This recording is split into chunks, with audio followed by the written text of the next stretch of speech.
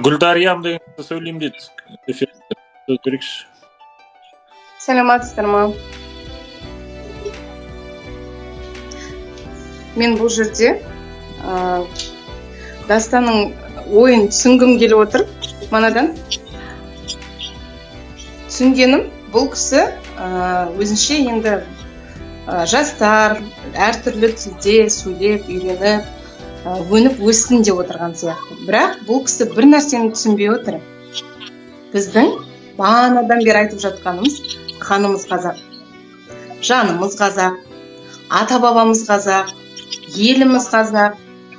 Біздің елге келген адам, біздің елде тұратын кез келген ұлт өкілдері қазақша сөйлеу керек деген нәрсені әлі түсінбей отыр. Мен соған таңғалып отырмын, Дастан, сізге. Менің әкем мысалы орыс тілі маманы. Енді белгілі қай уақытта туғандар, ол кісілердің. Бірақ ешқашанда ешкіммен орысша сөйлеспейтін. Орыс өкілдерінің өзімен қазақша сөйлеседі әлі күнге дейін.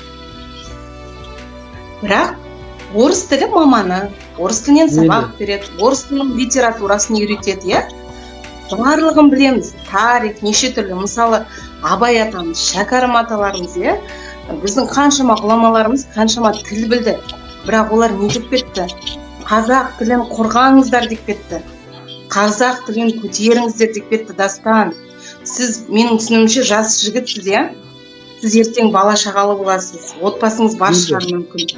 Мен әлі күнге дейін түсінбей отырғаным, мына орыстарды қазір ұшақ жайып қарсы алып жатқан адамдар, сіздер не ойлап отырсыздар?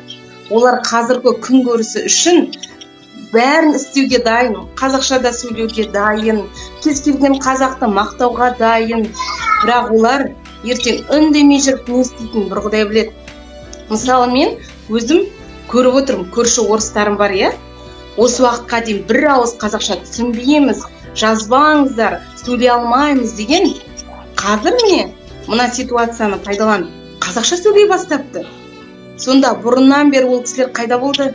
Қазақша сөйлейтін болса.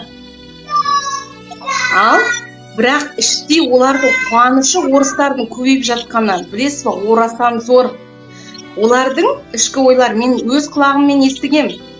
Осы елде өніп, өсіп, бәлен бала шағасын, немересін өсіріп алған орыстың біз өзіміздің еліміздеміз. Наконец-то біздерге келіп жатыр. Біз ертең көбейеміз, бұл біздің еліміз. Біз уақытша берген жер бұл сіздерге деп. Мен сол жерде бар ғой, өз-өзімді әрең ұстадым, ана кісіні қылғындырып өлтіріп тастадым.